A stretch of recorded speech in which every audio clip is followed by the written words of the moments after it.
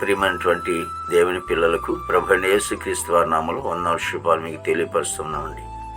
పిల్లరా, గడిచిన దినమంతా కూడా ప్రభు తన కృపా వాత్సల్యములు భద్రపరుచుకుని క్షేమమును ఆరోగ్యమును ఆయుష్ను అనుగ్రహించి మరి నూతన దినాన్ని ప్రభు మనకు అనుగ్రహించారండి.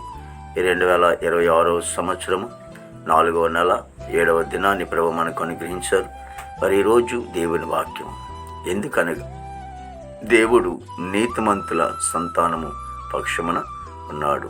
కీర్తన గ్రంథము 14వ కీర్తన 5వ చరణం.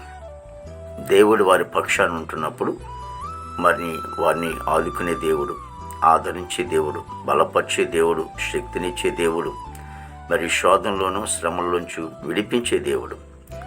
కాబట్టి నీతిమంతుల పిల్లల అంటే సంతానం లేకపోతే పిల్లల పక్షాన దేవుడు ఉంటాడు. లేకపోతే నీతిమంతుల పక్షాన దేవుడుండి వారి జీవితంలో గొప్ప కార్యాలు చేస్తారు.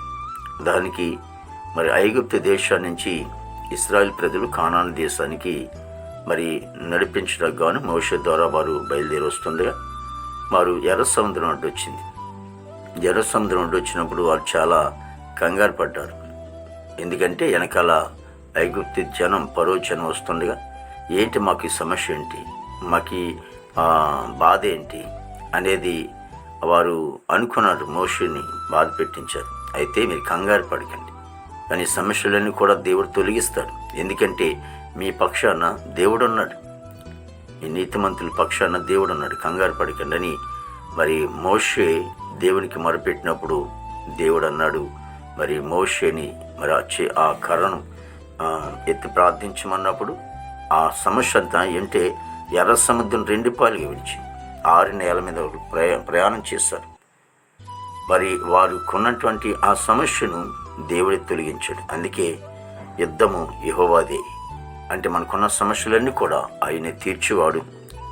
ఎందుకంటే ఆయన పిల్లల పక్షాన దేవుడు వ్యాధ్యమాడి మన జీవితంలో గొప్ప కార్యాలు ఆయన జరిగించేవాడు. మహాపరిశుద్ధుడు, ప్రేమల తండ్రి, కృపలేసునికి స్తుతులు చెల్లిస్తున్నాం ప్రభు. గొప్ప దేవుడు నీకు వందనైనా ఇవ్వ తండ్రి. ప్రభు ప్రతి కుటుంబాన్ని కూడా మీరు ఆశ్రయించి దీవించండి తండ్రి. ప్రభా యేసునికి స్తోత్రాలు ప్రభు.